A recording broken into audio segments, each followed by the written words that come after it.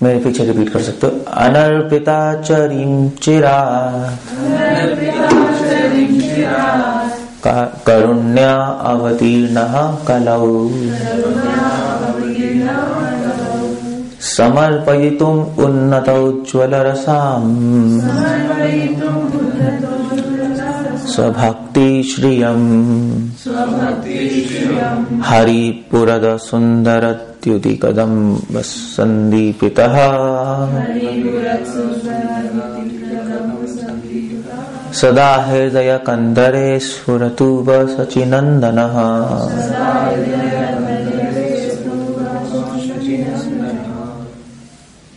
Spelling mistake है इसके अंदर, हरी पुरटा होगा ना, पूरा द हो रहा है,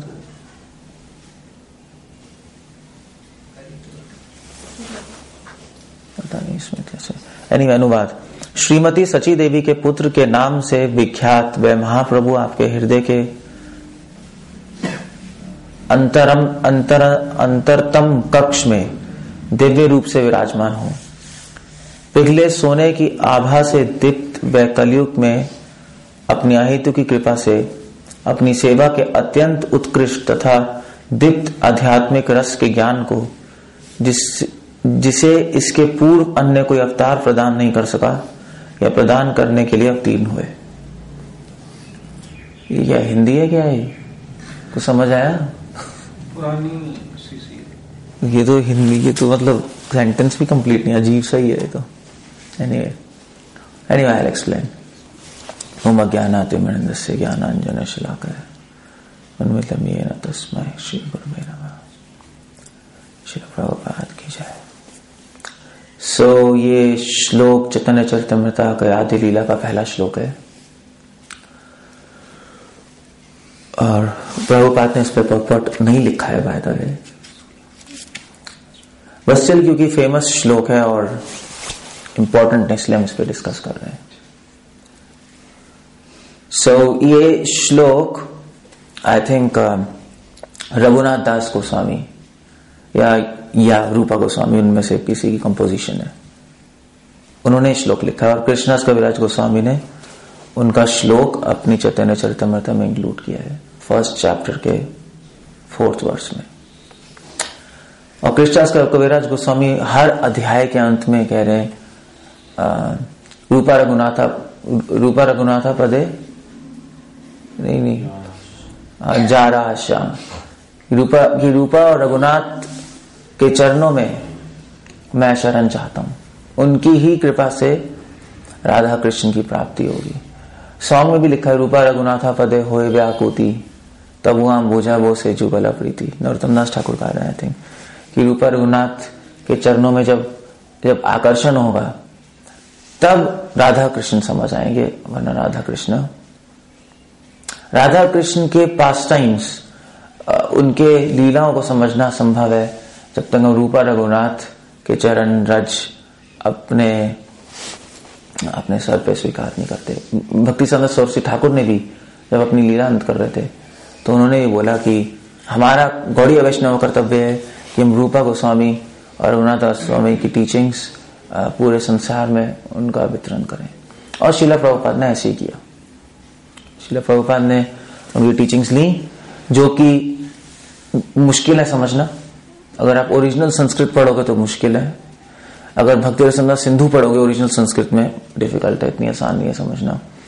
या षट संदर्भ जीवा गोस्वामी के अगर हम पढ़ेंगे तो वो तो बहुत ही टेक्निकल है और बहुत कॉम्प्लेक्स है। मगर प्रभुपाद जी ने उनको पढ़ के, उनको समझ के, उनको एसिमुलेट करके और फिर अपने पर्पस लिख दिए सिंपल लैंग्वेज में कि हम लोग उसको समझ पाए। तो यहां पर कृष्णदास कविराज गोस्वामी या रूपा गोस्वामी या रघुनाथ गोस्वामी वो चैतन्य महाप्रभु की स्तुति कर रहे हैं और ये कह रहे हैं सदा हृदय कंदरे स्फुरतु व सचिनंदन। स्फुरतु मतलब होता है स्फुरित हो, सदैव मेरे हृदय में चैतन्य महाप्रभु स्फुरित हो। हृदय कंदरे, कंदरे मतलब होता है गुफा, हृदय की गुफा में चैतन्य महाप्रभु स्फुरित हो। तो चैतन्य महाप्रभु की पहले शरण चाहिए होती है, तब राधा कृष्णा समझ आएंगे, क्योंकि राधा कृष्ण की पूजा करना संभव है हमारी स्टेट में। बद्ध जीव राधा कृष्ण की पूजा नहीं कर सकता। श्रील प्रभुपाद लिख रहे हैं चैतन्य चरितामृत में, क्योंकि हम लोग पहली बात तो ट्रेंड भी नहीं है प्रॉपरली, और राधा कृष्ण की सेवा में ऑफेंसेस भी बहुत होते हैं, ये भी प्रॉब्लम है। इसीलिए चैतन्य महाप्रभु ने अवतार लिया कि अगर हम महाप्रभु के थ्रू उनकी सेवा करेंगे तो फिर सेवा स्वीकार हो जाएगी। या यूं कह लीजिए कि जैसे वो सॉन्ग भी है ना कि चैतन्य नामे वो अपराध तो विचार नहीं, वो कैसे कौन सा है वो, हाँ, दयाल नेताय चैतन्य रे नाचे रे अमार मन, उसमें है ना अपराध तो ना ही है, अपराध तो ना ही है, हाँ, मार खाए प्रेम दे। सो अपराध चैतन्य महाप्रभु नित्यानंद प्रभु अपराध नहीं लेते, इसका मतलब ये नहीं कि हम अपराध करते रहे, हम ऐसा नहीं कर सकते, बट उनका नाम लेने से ऑफेंसेस लिक्विफाई हो जाते हैं।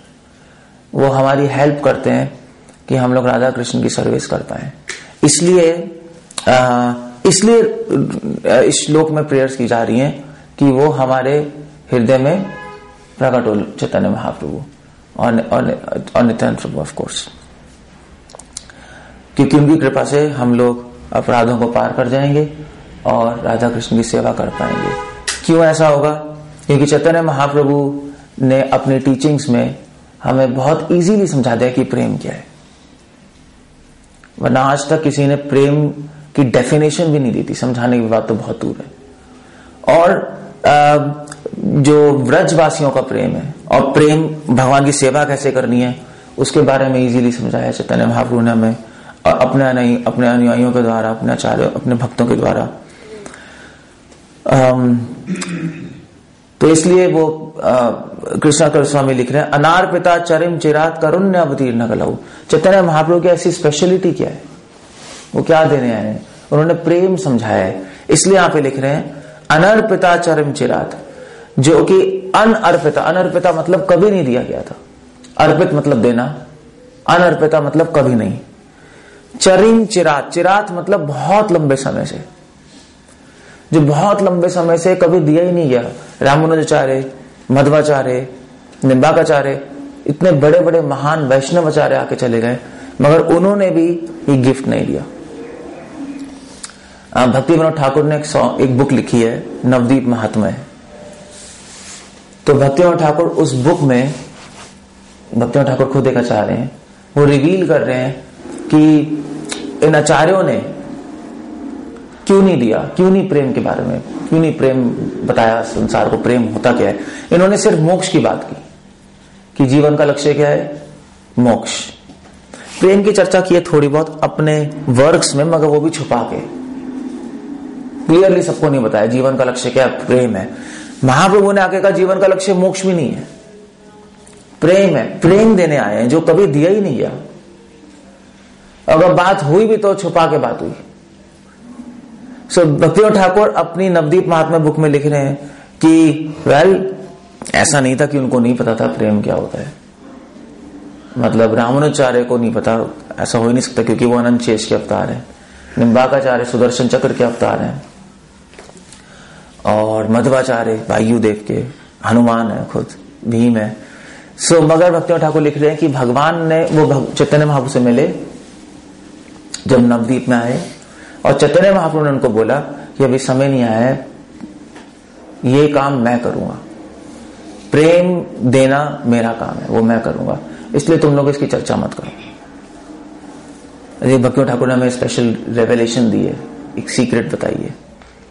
सो ब्रह्मार दुर्लभ प्रेम सदाकार जाचे, ब्रह्मा को, जो ब्रह्मा जो भी दुर्लभ है, व्रज का प्रेम, वो चैतन्य महाप्रभु ने सबको बांट दिया। आ चंडाल पामर, चंडाल को भी दे दिया वो प्रेम। चंडाल कौन है? हम लोग ही है ना, मतलब हम लोग ही, we have to remember that, क्योंकि कलयुग में तो भागवतम कह रही है कलौ, क्या है, कलौ संभव है शूद्र, कलौ संभव है शूद्र है क्या है? कलौ जाए थे, कलौ शूद्र, एग्जैक्ट मुझे याद नहीं आ रहा क्या है। मगर भागवतम में लिखा है कि कलयुग में सब शूद्र होंगे। मैं चाहे कोई वैदिक प्रोसेस फॉलो भी कर रहा है तब भी पैदा तो वो शूद्र की तरह ही होगा, क्योंकि वैदिक प्रोसेस अब अच्छी तरह फॉलो कर रहा है नहीं कर रहा है किसी को क्या पता, हु नोस। ऐसे कैसे हो सकता है? तभी कह रहे हैं कि ऐसे कैसे हो सकता है कि जो प्रेम देवलोक में भी डिस्कस नहीं होती जिसके बारे में, वो यहां पर हम जैसे लोग डिस्कस हो रहा है जिसको मतलब मारा भी ढंग से नहीं करनी आती, एक दूसरे को गाली दे रहे हैं, बोलना भी नहीं आता अच्छी तरह, हम लोगों को बिहेव भी करना नहीं आता। मतलब हम तो ह्यूमंस भी नहीं बन पाए, मानव भी नहीं बन पाए, और हमें कह रहे हैं प्रेम ले लो। तो सबसे पहले व्यक्ति पैदा होते तो पशु ही होता है, नहीं एनिमल्स की तरह होता है ना, पैदा होते ही तो शुरू भी नहीं, पशु की तरह होता है। बच्चे को क्या पता होता है? खाना पीना सोना, बस करते रहना, क्या है? No understanding, no intelligence, animals. फिर उसके बाद धीरे धीरे बड़े होते हैं तो ह्यूमंस बनते हैं, मानव बनते हैं, जब हमारे में अच्छी क्वालिटीज आ जाती हैं। भागवतम में हमने पढ़ा 30 क्वालिटीज है, तो जब 30 क्वालिटीज आ जाएंगी किसी भी एनिमल में तो वो ह्यूमन बन जाएगा। और फिर उसके बाद हम वैदिक टीचर के पास जाते हैं, किसी टीचर के पास जाते हैं, उससे हम वेद पढ़ते हैं, शास्त्र पढ़ते हैं या भगवद गीता पढ़ते हैं, तो उससे फिर हम विप्र बनते हैं। प्रॉपर लिखना प्रॉपर में, विप्र मतलब जो वेद पढ़ रहे हैं। और फिर जब वेदों को समझ लेते हैं तो ब्राह्मण बना जाता है, क्योंकि वेदों का सब्जेक्ट मैटर क्या है? भगवान है। नहीं, सर्ववेदमयो हरि, श्रीमद् भागवतम कह रही है कि वेद क्या है? सर्ववेदमयो हरि, हरि ही सारे वेदों में है, भगवान सर्ववेदमयो हरि। धर्म मूलम भगवान सर्ववेदमयो हरि, ये कृष्ण उद्धव को कह रहे हैं कि धर्म का मूल क्या है? भगवान। और भगवान कहां है? वेदों में। और वो कौन है? हरि, कृष्ण। ब्राह्मण बन गए, और जब फिर हरि की सेवा करना शुरू कर देते हैं तो वैष्णव बन जाते हैं। क्या है? अनर्पिता चिरम चिरात। वैष्णवों में भी जो गौड़िया वैष्णव है उनको पता है कि प्रेम क्या है, बाकी वैष्णव को भी नहीं पता। यू कैन इमेजिन, हमें पशु से उठा के सीधा वहां पे डाल दिया गौड़िया वैष्णविज्म में, जहां पे प्रेम मिल रहा है, अनर्पिता चिरम चिरात, जो कभी नहीं दिया गया। ऐसा क्यों है? क्योंकि कह रहे कारुण्य अवतीर्ण कलऊ, क्योंकि चैतन्य महाप्रभु का अवतार कारुण्य अवतीर्ण कलऊ, कलयुग में करुणामय अवतार है। अलग अलग अवतारों का अलग अलग रोल था। जैसे परशुराम जो है वो शक्ति के अवतार है, उन्होंने केवल मारा नहीं, कुछ ही नहीं किया, जो भी उनके सामने आ रहा है काट दो, उनके माइंड में एक ही चीज थी। और जैसे मत्स्य अवतार है, मत्स्य अवतार ने क्या किया? मत्स्य अवतार ने, आई थिंक मत्स्य अवतार ने, जो स्वयंभू मनु, उनकी रक्षा की और धर्म की स्थापना की संसार में। वराह अवतार ने वेदों की रक्षा की। अलग अलग रोल होता है अलग अलग अवतारों का। मगर तो चैतन्य महाप्रभु का रोल क्या है? नहीं, भगवान आते हैं तो अलग अलग, एक पिक्चर में तो एक ही रोल होगा ना, दो डबल रोल भी हो सकता है वैसे तो। मगर वैसे भगवान ने एक लीला में डबल रोल भी किया है। कौन सी लीला है? समुद्र मंथन में तो भगवान ने 1 2 3 4 5 पता नहीं कितने सारे रोल कर लिए। समुद्र मंथन जब लीला हुई तो भगवान विष्णु के रूप में भी आए, कूर्म रूप में भी थे, नीचे समुद्र के पर्वत के, और पर्वत के ऊपर भी बैठे थे 8 भुजाओं में। अजीत नाम था उस इनकारनेशन का। और फिर उसके बाद मोहिनी अवतार में भी आया उसी लीला में, तो 4 अवतार तो यही हो गए। तो 4 रोल्स प्ले किए उस मूवी में, मगर डबल रोल कहां है? जब धनुष तोड़ते हैं तो डबल रोल कहां हो गया? परशुराम जी आए थे राम से मिलने हम वो कह सकते हैं। कृष्ण बलराम, कृष्ण लीला डबल रोल है। प्रभुपाद अपने टीचिंग लॉर्ड चैतन्य में लिख रहे हैं कि कृष्ण बलराम में केवल एक ही अंतर है, रंग का, वरना वो सेम है। प्रभुपाद लिख रहे हैं, कृष्ण बुक में ही लिख रहे हैं। सो डबल रोल प्ले किया है कृष्ण लीला में। सो भगवान अलग अलग रोल प्ले करते हैं। राम लीला में राम भगवान का रोल था धर्म की मर्यादा स्थापित करना। कृष्ण लीला में भगवान का रोल था, हम पढ़ रहे थे चैतन्य चरितामृत में, प्रेम की मर्यादा स्थापित करना। तो प्रेम की भी लिमिट्स हैं। प्रेम की लिमिट क्या है कि वो अनलिमिटेड है। ये हमें दिखाने आया चैतन्य महाप्रभु, वो अनलिमिटेड है। जब चिड़िया आकाश में उड़ती है तो कितना ऊपर उड़ेगी? जितने ऊपर उड़ना चाहते हो, आपकी मर्जी है। अगर आप स्ट्रांग चिड़िया हो तो और ऊपर उड़ जाओ, वीक चिड़िया हो तो ऐसे घरों पे बैठते रहो इधर उधर, आपकी मर्जी है नहीं। सो डिपेंड करता है आप कितनी ऊपर उठ सकते हो। सो ऐसी प्रेम का सागर अनंत है, वो डिपेंड करता है आप कितनी आगे जा सकते हो। इसलिए डिवोटी कभी भी सेटिस्फाइड नहीं होता भक्ति में। जो व्यक्ति सेटिस्फाइड हो गया भक्ति में, उसकी भक्ति इमीडिएटली खत्म हो गई, फिनिश्ड है एक्चुअली, कि हाँ अब सब कुछ अच्छा चल रहा है भक्ति में। It's gone actually, you have lost the spirit. भक्ति में कभी भी सेटिस्फाइड नहीं होना चाहिए। भक्ति में हमेशा व्याकुल और अशांत होना चाहिए। चैतन्य मतलब अगर आपको इस पर डाउट है तो चैतन्य महाप्रभु की लीला पढ़ लो। आखिरी के 12 साल महाप्रभु ने क्या किए? हमेशा व्याकुल रहते थे, हमेशा अशांत रहते थे कि हे कृष्ण आप कहां हैं। सो प्रेम, इसलिए प्रेम अनलिमिटेड है। सो चैतन्य महाप्रभु का अवतार क्यों हुआ है? चैतन्य महाप्रभु का अवतार हुआ है, अभी हमने बात की, प्रेम की मर्यादा देने के लिए। कृष्ण भगवान ने प्रेम के बारे में बताया, मगर चैतन्य महाप्रभु ने उस प्रेम को सबको बांट दिया। कृष्ण लीला में क्या हो रहा है? कृष्णा, गोपियां, उनके भात, नंद बाबा, यशोदा मां, हमें दिखाया कि प्रेम होता क्या है। दिखाया मगर दिया नहीं। लेना है तो मेरी शरण लो, सर्वधर्मान परित्यज्य मां में काम शरणम व्रज। अब पॉइंट है कि शरण ले कैसे, यही नहीं आता। वो दिखाने के लिए चैतन्य महाप्रभु का अवतार हुआ है। ओके, चैतन्य महाप्रभु ने कहा ठीक है, तुम्हें, कृष्ण ने सोचा कि भाई इनको तो कुछ भी नहीं आता, ये तो एक मनुष्य भी नहीं, तो पशु में ही है, तो क्या किया जाए?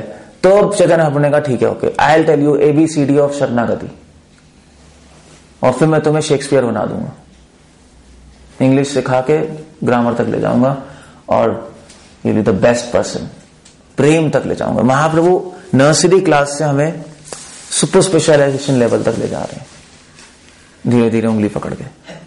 ये चैतन्य महाप्रभु का प्लान है। इसलिए आप लिखने करुण ने अवतीर्ण कलऊ, चैतन्य महाप्रभु एक प्लान लेके आए हैं इस संसार में, और उस प्लान में बड़े सारे टीचर्स आए, आचार्य आए, उस प्लान में फाइनली प्रभुपाद आए, और महाप्रभु ने कहा कि वो प्लान, वो मेरा जाल है, और वो जाल मैंने पूरे संसार में फैला दिया, और उसमें सबको मैं फंसा लूंगा।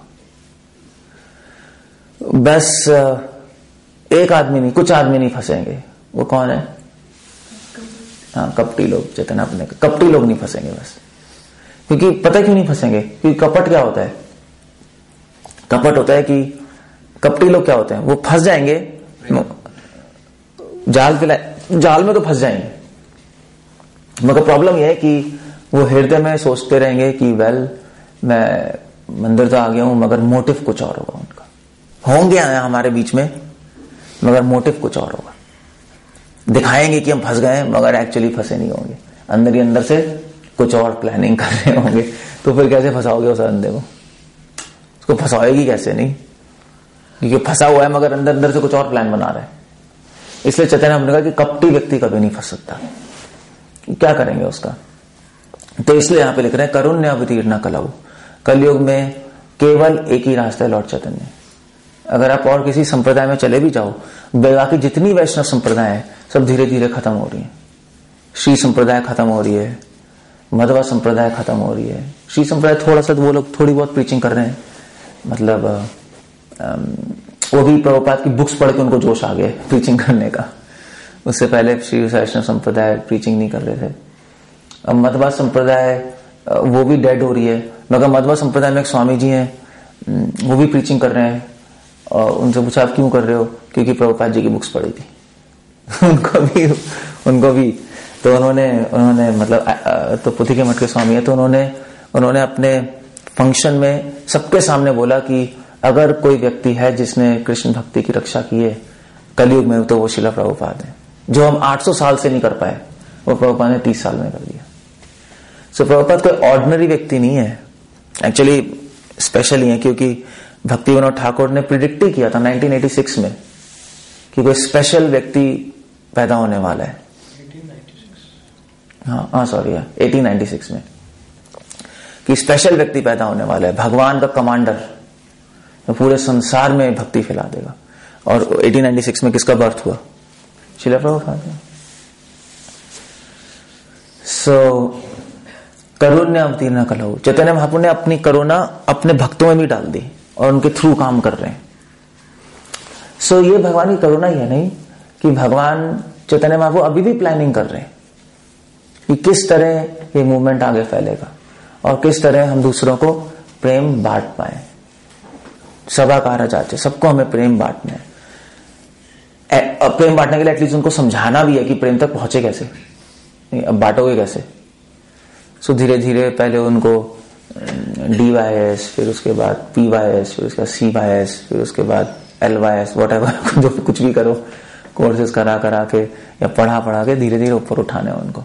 अब मतलब हमारी रिस्पॉन्सिबिलिटी है ये प्रेम बांटना, क्योंकि चैतन्य अपने चैतन्य में बोला है कि मैं इतने सारे फल लाया हूं गोलोक से, मगर सब सड़ रहे हैं, जैसे हमारे फ्रिज में सड़ रहे हैं सब।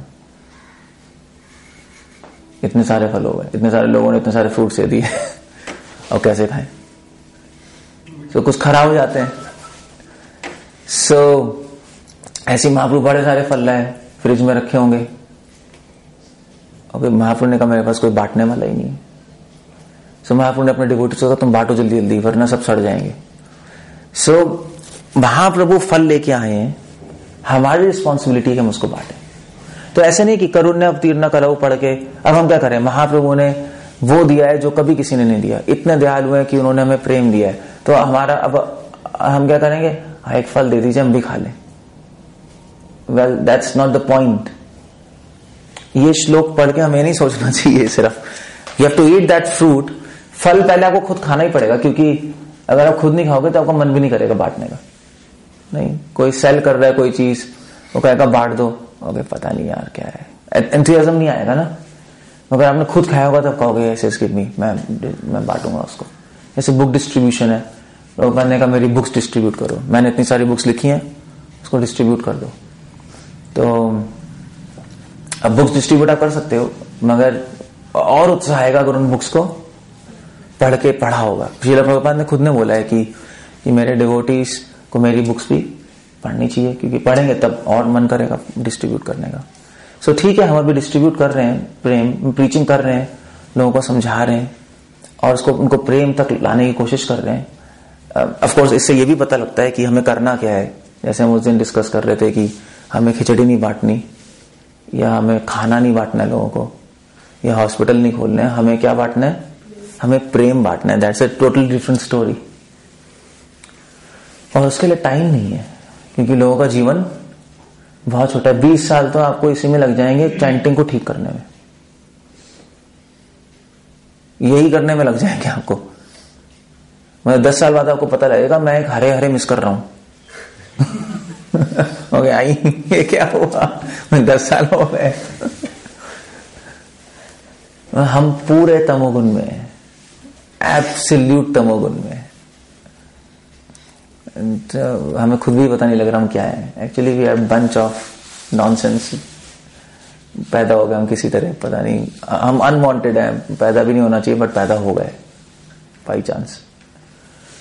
सो हम लोग ऐसी प्रोजेनी है, वर्ण शंकर सब अनवांटेड है। हम पृथ्वी देवी को जरूरत नहीं है हमारी, फिर भी हम यहां बैठे हैं उसके सर पे, बाहर है नहीं हम लोग, क्योंकि हम सब वर्ण शंकर हैं। सो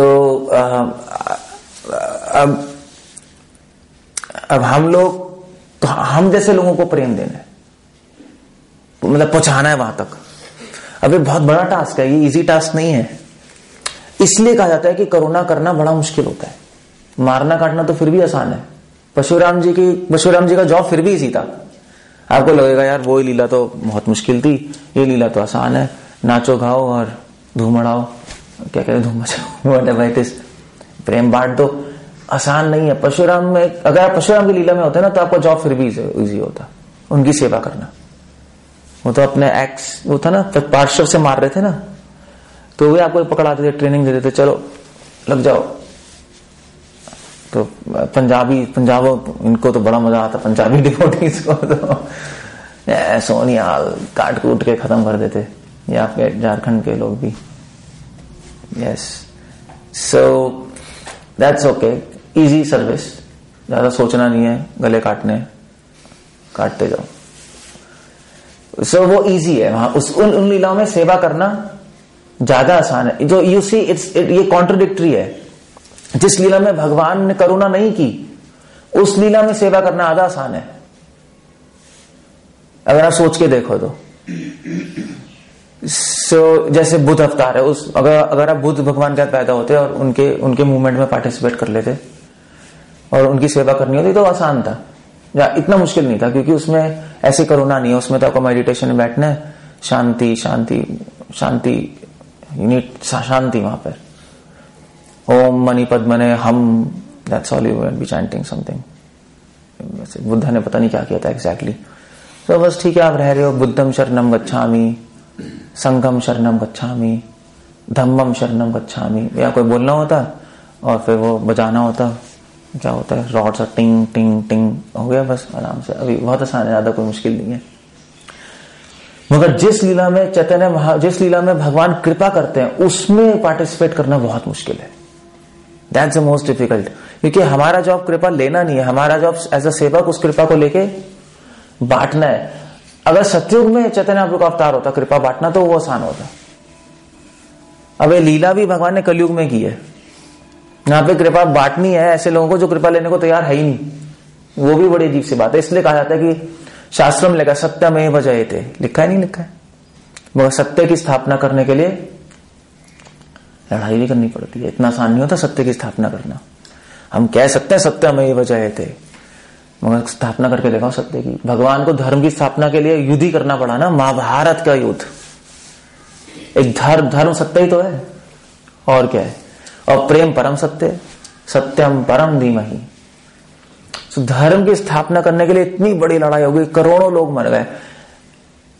और कलयुग में स्पेशली वो सत्य के परम सत्य है प्रेम, जहां पे सब लोग झूठ बोल रहे हैं, जहां पे किसी ने धर्म की सुगंध भी नहीं ली, धर्म शब्द भी नहीं सुना, जहां पे अधर्म को धर्म माना जाता है।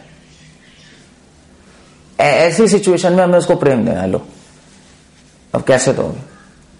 सो ये स्टेटमेंट पढ़ के करुण्य अवतीर्ण को लाओ, हम खुश भी होते हैं और बहुत बड़ी रिस्पॉन्सिबिलिटी भी है। मतलब कहोगे महाप्रभु इतने दयालु हैं, हरि बोल, या बहुत मजा आ गया। मजे की बात है, इट्स वेरी हैप्पी न्यूज कि चैतन्य हमारी कृपा से हमें अवेलेबल है, बट रिस्पॉन्सिबिलिटी भी है आपके सर पे, क्योंकि हमें फल बांटने, और कौन बांटेगा? एक तू बांट दे मैं तो खा रहा हूं वैसे थोड़ा ना होता है कि मतलब जनरली गृहस्थ ऐसा सोचते हैं। ये तो भी ब्रह्मचारी का काम है, सन्यासी का काम है। हम तो गृहस्थ हैं, हम तो आराम से बैठ के सुनेंगे और खाएंगे पिएंगे और that's all, हो गया। That's not the point. मतलब you all have to do this job, करुण्य अवतीर्ण कलाओ। सो ये श्लोक पढ़ के, इसलिए जब भी हम प्रेम के बारे में पढ़ते हैं तो एक सेवक यही सोचता है कि हम उस प्रेम को बांट दें, सिर्फ इंजॉय करने की, अपने आप लेने के लिए नहीं सोचता सिर्फ। सो करुण्य अवतीर्ण कलाओ, यस, वो करुणा करने आए हैं, हमें किसी तरह करुणा करनी है। कंपैशन की बात करना बहुत आसान होता है, मगर कंपैशन करना बहुत मुश्किल होता है।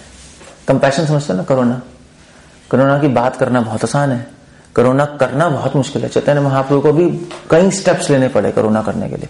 अपना घर छोड़ना पड़ा नहीं, अपनी वाइफ, अपनी मदर, और फिर जगन्नाथपुरी में रहे, और फिर उसका ट्रैवलिंग करनी पड़ी। कितनी बार ट्रैवलिंग की महाप्रभु ने, दक्षिण भारत में, नॉर्थ इंडिया, गमनागमन।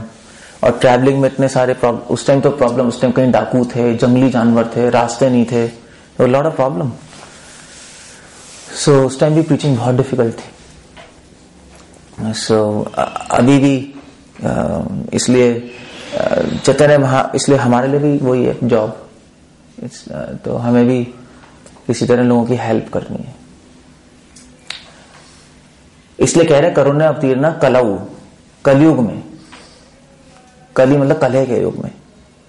सो हम करुणा की बात कर सकते हैं, मगर करुणा करने के लिए प्लानिंग करनी पड़ती है और साहस चाहिए। नहीं, किसी की मदद करने के लिए साहस चाहिए नहीं चाहिए। आप उसकी मदद करने जाओगे, वहां पे ऊपर उल्टा चिल्लाएगा, मुझे नहीं चाहिए हेल्प, नॉनसेंस हो तुम लोग। ऐसे ही है संसार। नहीं, अब अपनी हेल्प करके दिखा दो, बहुत बड़ी बात है। अपने पे करुणा करके दिखा दो, आपका माइंड ही चिल्लाएगा, बकवास, गेट लॉस्ट। हरे कृष्ण। सो इसकी ट्यून चेंज कर लो। ये ट्यून माइंड के लिए बहुत खराब है, अगर बचना भी चाहिए। ये this not a good tune. ये तो लग रहा है नर्व से आई है ट्यून, पता नहीं। कुछ पीसफुल होनी चाहिए ना माइंड के लिए। ये बार बार सुनते रहोगे तो माइंड एक्चुअली है ऐसा, लोग पागल हो रहे हैं गलत ट्यून्स सुनने से, कि बार बार सुनने से हमारे सबकॉन्शियस माइंड में चली जाती है चीज। जो एडवर्टाइजमेंट कंपनी है ना, मैजिशियन से वही करते हैं।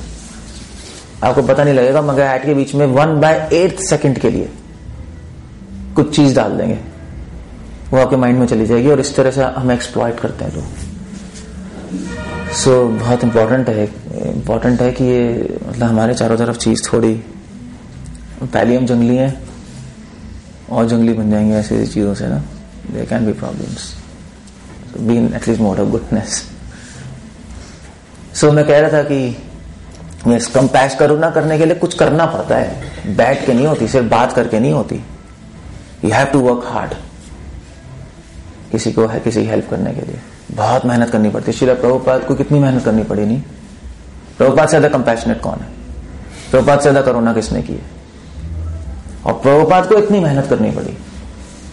मूवमेंट में इतनी प्रॉब्लम्स आई शुरू में, जब इस्कॉन था तब कितनी प्रॉब्लम्स थी।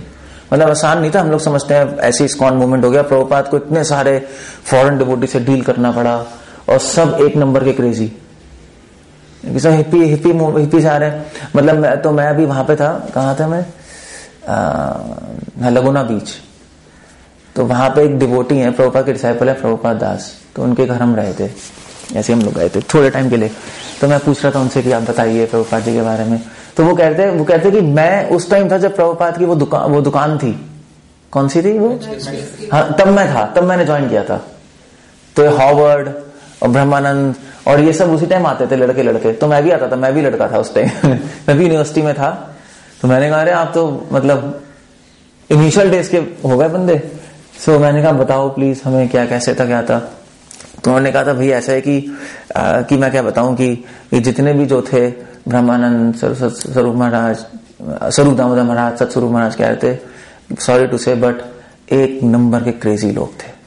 अब इससे ज्यादा मैं नहीं बता सकता। It was very difficult for Prabhupada to handle them, almost impossible था उनको हैंडल करना। क्या कुछ रहे हैं, हो कुछ और रहा है कुछ पता ही नहीं था क्या कर रहे हैं।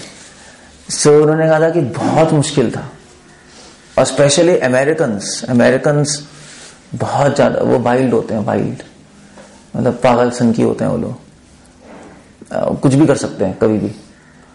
सो फिर हिप्पी मूवमेंट के टाइम, वो पहले ही पागलपन का दौर चल रहा है, हिप्पी मूवमेंट।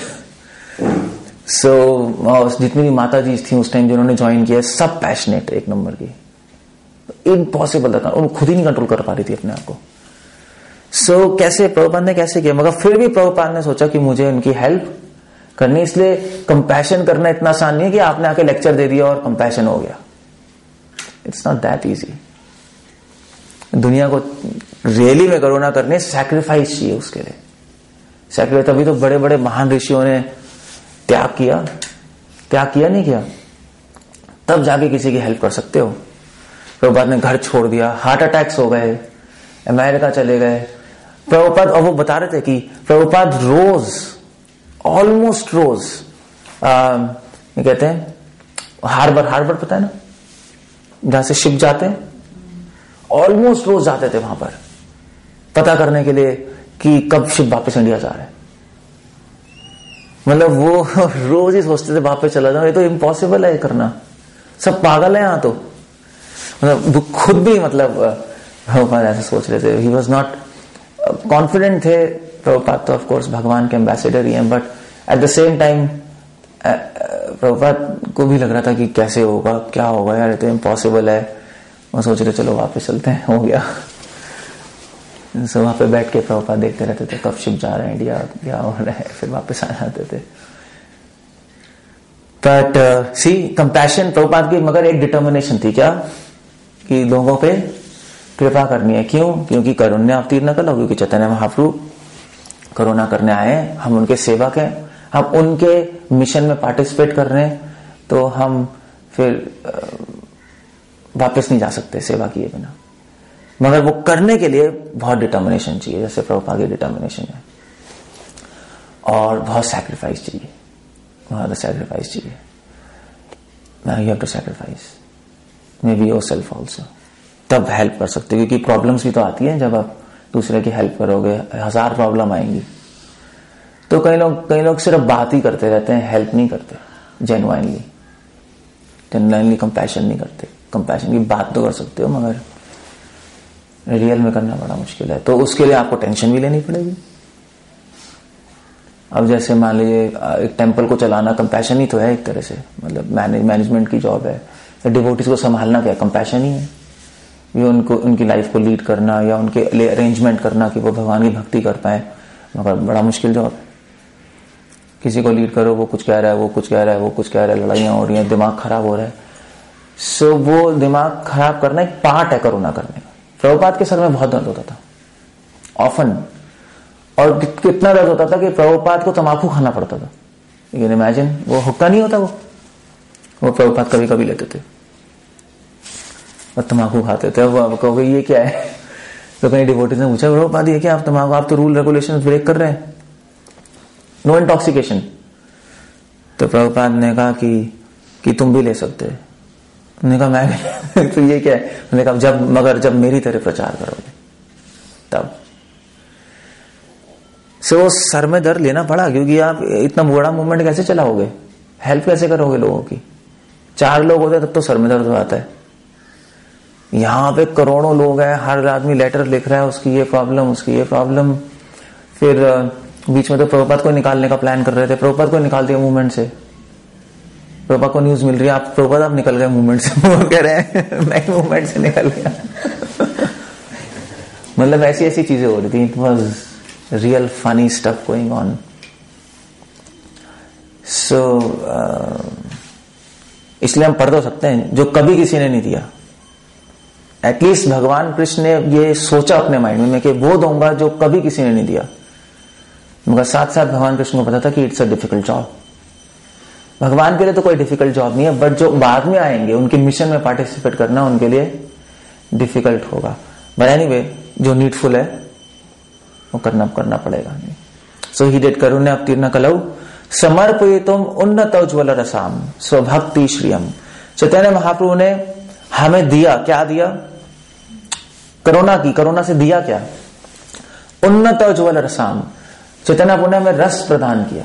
कैसा रस, उन्नत उज्ज्वल रस। उज्ज्वल रस होता है, उज्ज्वल मतलब होता है कि उज्ज्वल कैसे कहेंगे, प्रकाशमय रस, मतलब पेल रस नहीं, बहुत वाइब्रेंट रस। जिस रस को पी के आप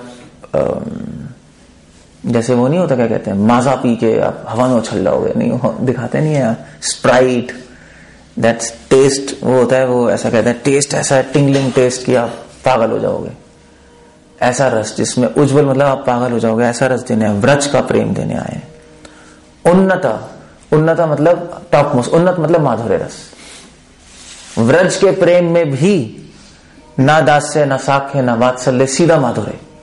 गोपी प्रेम, गोपी भरतु पद कमलयो दासानुदास। गोपियों, जिस तरह गोपियों ने भक्ति की है वो भक्ति हमें देने आए, गोपी भाव देने आए। अब क्या करोगे इसका? उन्नत उज्ज्वल रसाम स्वभक्ति श्रियम। और वो गोपी भाव किसके लिए था? भगवान कृष्ण के लिए। अपनी ही भक्ति बांटने आ गए, वो भी टॉप मोस्ट भक्ति। ये समर्पण करने आए, ये देने आए। सो हमारा जॉब क्या है? हम भी इसको समझें और दूसरों को दे भी। मगर आप दूसरों को दे नहीं पाओगे अगर आपने खुद नहीं समझा होगा। नहीं, आप जहां हो वहीं तक उठा सकते व्यक्ति को, उससे ज्यादा उठा नहीं सकते। जैसे अगर आप म्यूजिक के टीचर हो, आपको जितने राग आते उतने सिखा सकते। अगर आपको और राग नहीं आते नहीं सिखा सकते। कैसे सिखाओगे? आप ट्रेनिंग ही नहीं लिया आपने किसी राग की। आपको अगर भैरवी राग आ सकता है वो सिखा सकते हो, या कामोद राग या पीलू राग या वॉट एवर इट इज, हरी राग होते हैं। हमें तो नहीं आता म्यूजिक, बट आपको मान लीजिए पीलू राग आता है, केदार राग आता है और ये सारे राग आते हैं, आपने सिखा दिया। ललित राग आता है, आपको भैरवी राग नहीं आता। सो आप कहोगे चलो मैं सिखाऊंगा, तो भैरवी राग होगा, गाया नहीं जाएगा आपसे, देखो भैरवी राग बहुत लो में जाता है, लो नोट्स होते हैं उसमें। सो आप प्रैक्टिस नहीं हो, जो नहीं आता वो आप नहीं दे सकते। अगर आपके पास ही प्रेम का अनुभव नहीं है तो आप दूसरे को प्रेम नहीं दे सकते। आप लेक्चर जरूर पिला सकते हो, पॉइंट जरूर बोल सकते हो, प्रेम नहीं दे सकते। नहीं, यू कांट गिव। अगर आपको यही नहीं पता, आपको ये भी नहीं पता, थोड़ा सा भी अनुभव नहीं है कि आप शरीर नहीं हो, तो दूसरे को आप अनुभव नहीं दिला सकते कि वो शरीर नहीं है। आप बोल जरूर सकते हो you are not this body, you are soul. और उसके 4 प्रूफ्स हैं। कितने प्रूफ्स हैं चंद्रपुर डिवाइस? 4 है 5 है? 6 है। अच्छा 4 कर दिए। ठीक है, हम बोल सकते हैं 4 प्रूफ हैं, 1 2 3 4। समझ आया नहीं आया, आ गया। बट अगर आपको अनुभव नहीं है तो आप अनुभव नहीं दे सकते, बता जरूर सकते हो। सो हमारा काम एटलीस्ट थोड़ा सा अनुभव होना चाहिए। हम ये नहीं कह रहे आप सुपर डुपर रियलाइज्ड हो, परमहंस, आपको पूरा अनुभव है कि मैं आत्मा हूं, शरीर नहीं हूं। आंख बंद करके समाधि में बैठ गए, कुछ भी नहीं हो रहा, आपके अंदर तलवार डाल दी, फील ही नहीं हो रहा, सेल्फ रियलाइज्ड हूं मैं। ऐसा होता है, पता है? वैसे सूफी जो है वो करते हैं। सूफी समाधि में बैठ जाते हैं, उनके पेट में तलवार डाल लो, कुछ नहीं होता। बल्कि उनका टेस्ट ही ऐसा होता है। जब वो आगे बढ़ते हैं तो टेस्ट ऐसा करते हैं कि उनको पेन हो रहा है नहीं हो रहा है, तो वो पूरी तरह अल्लाह में अपना मन लगाते हैं, फिर तलवार डाल के देखते हैं। अगर पेन नहीं हो रहा तो फिर उनको फिर प्रमोट करते हैं। मतलब उनका रिटर्न टेस्ट ऐसे ही होता है, तलवार डालना। हमारे यहाँ तो रिटर्न एग्जाम होता है, भक्ति शास्त्री, भक्ति वैभव, उनके यहाँ ऐसे अजीब अजीब टेस्ट होते हैं, real test. You can go on YouTube, just see that, होगा। सूफीज दे टेस्ट लाइक दैट। उनको पेन नहीं होता, दे आर इन ट्रांस में होते हैं वो। अभी भी ऐसा करते हैं लोग। सो वेल, थोड़ा सा रियलाइजेशन होना चाहिए बताने के लिए कि मैं आत्मा हूं, शरीर नहीं। वरना उसको बता नहीं पाओगे, आप पॉइंट्स बता दोगे, अनुभव नहीं बता पाओगे। इसलिए जब प्रभुपाद बोलते थे you are not this body, you are soul, Prabhupada की बात में बहुत इंपैक्ट था। नहीं, इंपैक्ट एक अलग चीज होती है। इंपैक्ट अभी भी हम सुनते हैं, प्रभुपाद कहते हैं you are not this body, you are soul. Prabhupada को पूरी तरह रियलाइज्ड है, तो वो बात सीधा मन, बुद्धि को और अहंकार को चीर के सीधा आत्मा तक जाती है। जो बात आप गले से बोलोगे गले तक ही जाएगी बस।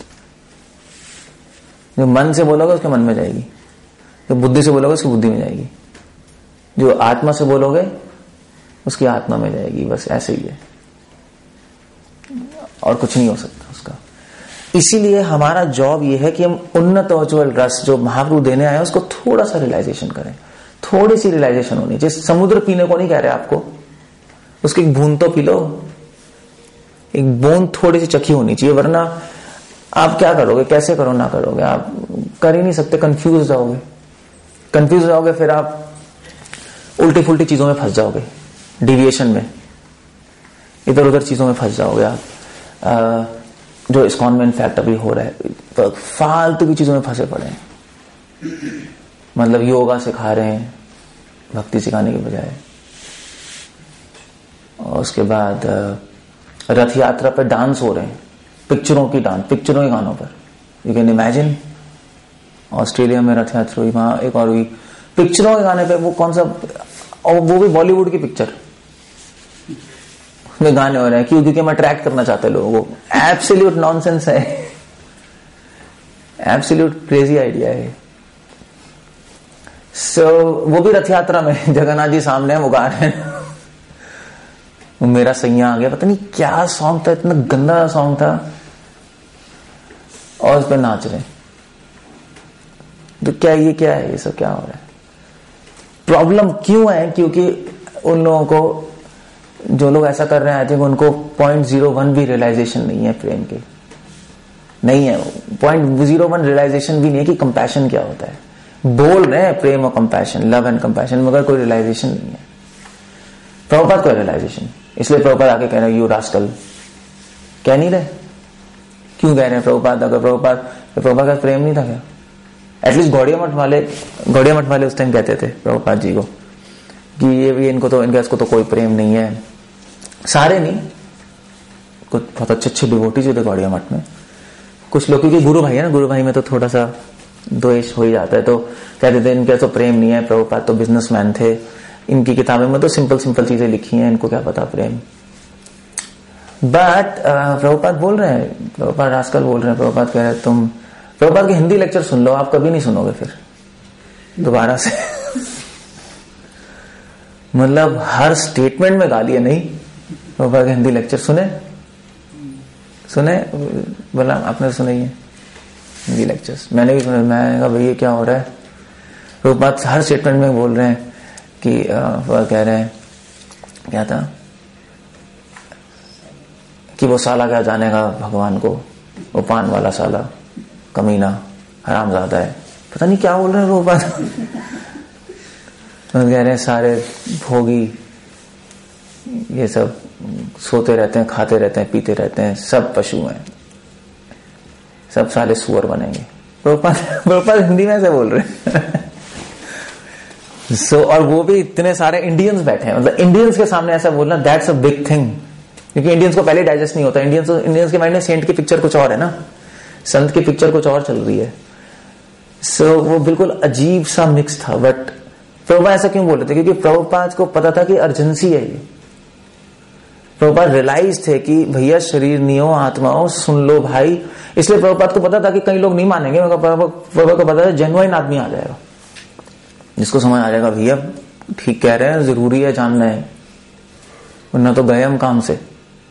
सो रियलाइज्ड आदमी तो ऐसे ही बोलता है। जो जिसको कोई रियलाइजेशन नहीं है वो बोलेगा आराम आराम से, हाँ ठीक है, देखो भैया अभी व्हाटएवर इट इज, जो रियलाइजेशन नहीं है वो सुनाएगा कहानियां चल रही है। कहानी बोलने का टाइम है ही नहीं भाई, टाइम नहीं है कहानी बोलने का। पॉइंट पे आओ, बोलो, और भी मानना नहीं मानना तो this is a reasons, let's argue for that. और ये रीजन है, cut that's all, to agree. So actually तो गुरु महाराज जी बता रहे थे कि मैं सुन रहा था, I think he was telling, कोई और बता रहा था, मैं भूल गया, कि जापान में एक गौड़िया मठ के ही थे कोई महाराज, तो वो गए थे, तो वहां पे प्रीचिंग करते थे। तो जब प्रभुपाद चले गए, वो अभी तो पता नहीं, मुझे है नहीं, मगर उनके जाने के बाद उन्होंने फिर इस्कॉन के कुछ महाराज से बात हो रही थी, तो उन्होंने बोला कि एक्चुअली मुझे बहुत ग्लानि है, मुझे बहुत दुख है कि मैंने जब प्रभुपाद थे तो मैंने उनका जो प्रीचिंग स्टाइल है उसको मैंने भी क्रिटिसाइज किया था।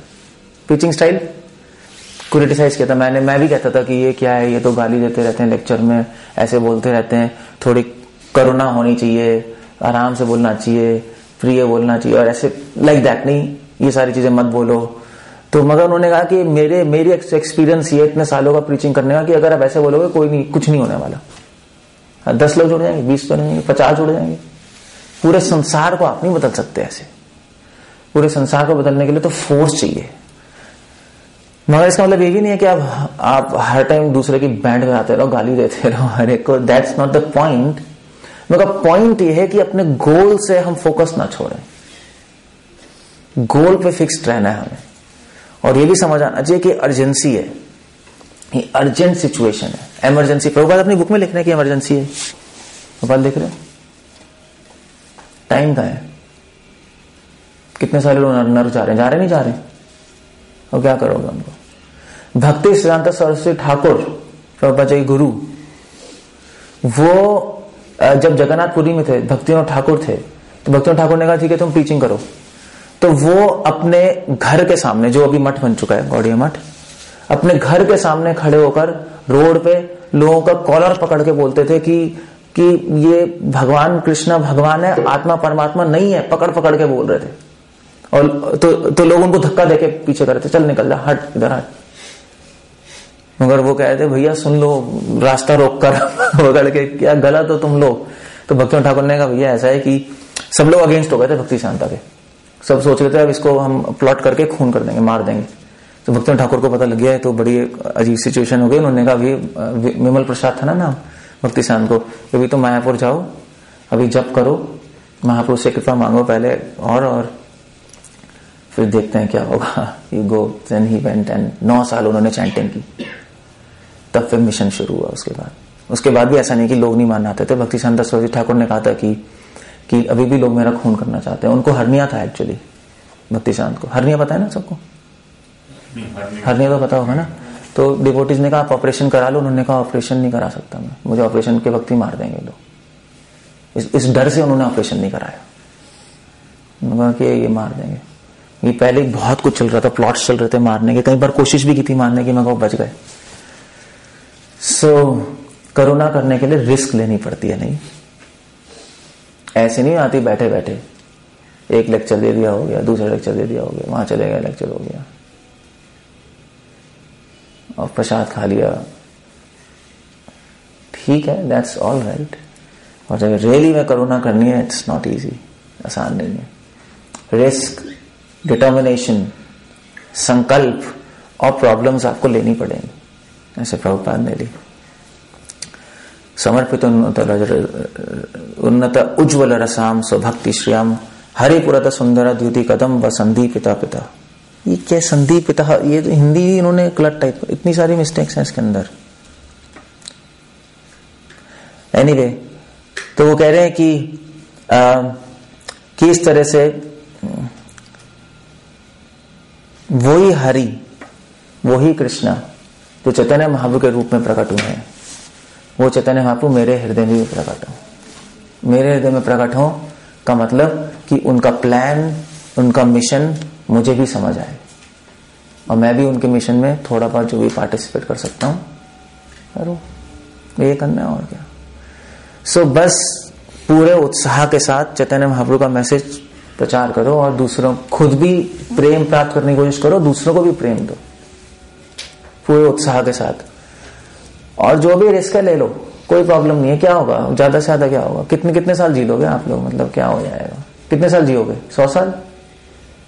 100 साल तो मुझे नहीं लगता यहाँ पे कोई जीने वाला है, वो इम्पॉसिबल है। आई थिंक 90 ईयर्स तक भी नहीं पहुंचोगे आप, नहीं 80 ईयर्स तक कोई पहुंचेगा? 80 ईयर्स तक भी यहाँ पे कोई नहीं पहुंचने वाला। क्या आपकी क्या एज है, आपकी क्या एज है? 55 या आपकी 60 है ना, 56। ओके, सो 80 बहुत बड़ा टारगेट है, नहीं 80 तक पहुंचना मुश्किल है, हो जाएगा। आपकी फैमिली में 80 तक जीते हैं?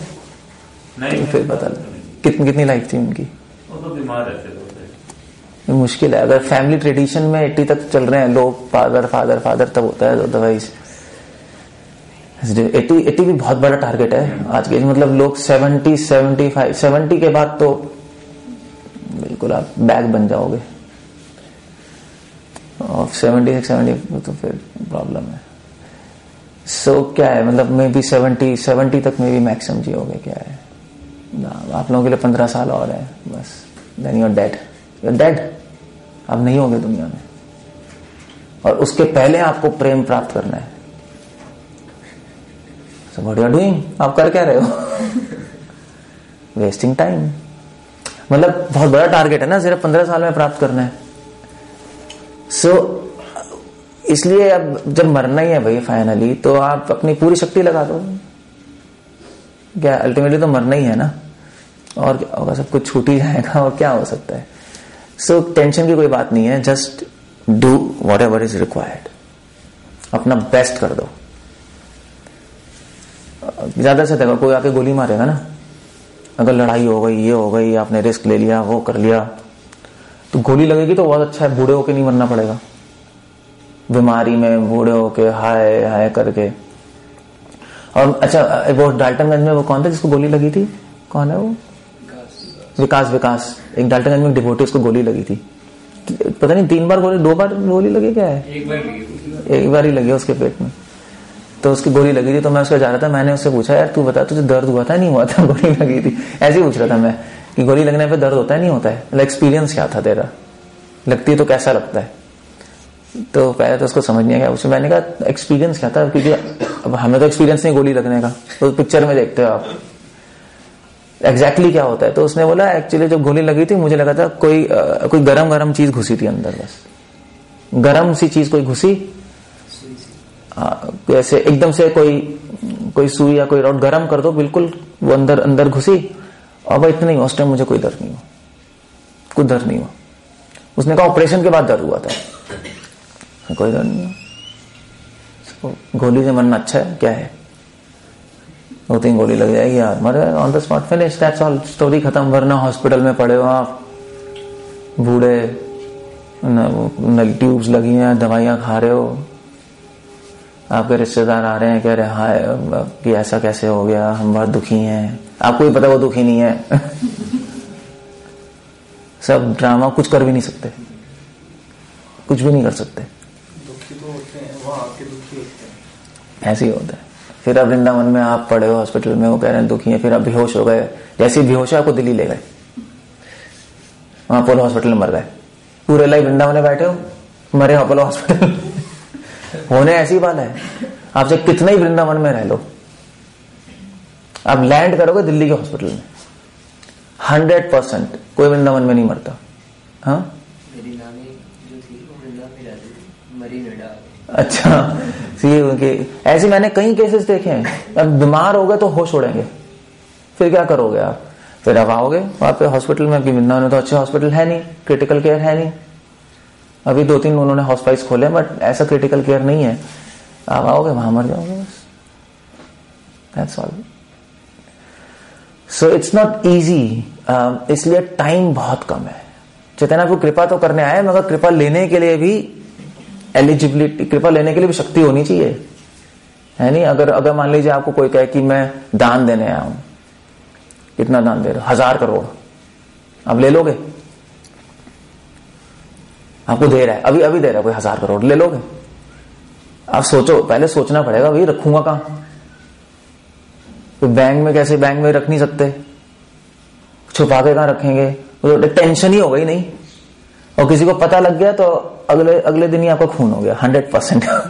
1000 करोड़, वो आप कोई रहने थोड़ा ना देगा, हो सकता है आपकी पत्नी खून कर दे, बच्चा ही खून कर दे, यार खत्म करो।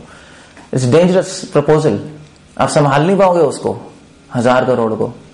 तो ऐसी महाप्रभु प्रेम देने आया है जिसको कोई मूल्य ही नहीं है, उसको संभालना भी तो आना चाहिए, उसको लेना आना चाहिए, उसको संभालना आना चाहिए, वो कैसे होगा? तो उसके लिए मेहनत करनी पड़ेगी। इसलिए डोंट वरी, अब एक जीवन लगा दो बस, अब देखा जाएगा। ऐसे ही होता है बस, कोई भी चीज प्राप्त करनी होती है ना तो ऐसे ही होता है, देखा जाएगा बस। अब जीवन लगा दो बस, कर लो जितना मैक्सिमम कर सकते हो, लेट्स सी क्या होगा, क्या होगा, ज्यादा से ज्यादा कुछ नहीं होगा, क्या होगा, मरेंगे और क्या होगा, मरेंगे तो वैसे भी। तो कुछ प्राप्त करना होता है तो ऐसे ही करना पड़ता है। नहीं, संसार में ऐसे ही वो लोग होते हैं ना जो कुछ भोगी हुए ऐसे ही करते हैं, जो भी कुछ भी प्राप्त करते हैं देखा जाएगा, फिर वो लग जाता है पागलों की तरह उसके पीछे, तो कुछ बात है। इसलिए एक्चुअली मैं पढ़ रहा था प्रभुपाद का पॉपट, प्रभुपाद ने बोला है, नहीं मैं पढ़ रहा था कहीं ग्रुप कन्वर्सेशन में, कहीं प्रभुपाद कह रहे हैं कि भक्ति पूरी शक्ति से करो, क्योंकि एनीवे प्रभुपाद कह रहे हैं एनीवे शरीर तो खत्म ही हो जाएगा, शरीर को कब तक संभालोगे? तो इसलिए अभी अपनी पूरी एनर्जी लगा दो और फिर भगवान पे छोड़ दो। सो नहीं करके मरने से अच्छा है कि कुछ करके मर जाओ। That's a better proposal. नहीं, एंड तो सबकी स्टोरी होने वाली है। सो चैतन्य महाप्रभु ने तो अपना काम कर दिया, अब हमें अपना काम करना है। प्रभुपाद कह रहे हैं देयर इज अपॉर्चुनिटी, पॉसिबल है इसी लाइफ में प्रेम तक पहुंचना, पॉसिबल है। हमें एंथुजियास्टिक होना है, हमें भगवान के लिए रिस्क लेनी है। समाज कहेगा, बहुत सारे लोग बहुत कुछ कहेंगे, आपका मन भी बहुत कुछ कहेगा, just forget it, forget everything, आगे बढ़ो, तब काम होगा। अदरवाइज तो रह जाओगे, ना अपनी हेल्प कर पाओगे, अपनी हेल्प नहीं कर पाओगे, दूसरों की करोगे, दूसरों की बस थ्योरी पढ़ते रहोगे। चैतन्य चरितामृत किताब में ही रह जाएगी, बस ये किताब ही रह जाएगी आपके लिए, और मर जाएंगे। फिर अगले जीवन में कहां पैदा होंगे पता ही नहीं, कुछ नहीं पता, हो सकता है किताब भी ना मिले अगले जीवन में, फिर क्या करोगे? मिस फिर प्लानिंग करना आप, ठीक है, अगले जीवन में सब धरी रह जाएगी। सो अब आपके हाथ में है कहानी। महाप्रभु ने तो अपना पूरा होमवर्क कर दिया, बेस्ट कर दिया हमारे लिए। Now it's up to you. Hare Krishna. कुछ कहना है, कुछ पूछना है? Otherwise stop it. It's a very nice verse, अनार्पिता चिरम चिरात्। कोई क्वेश्चन है? ओके, श्रील प्रभुपाद की जय।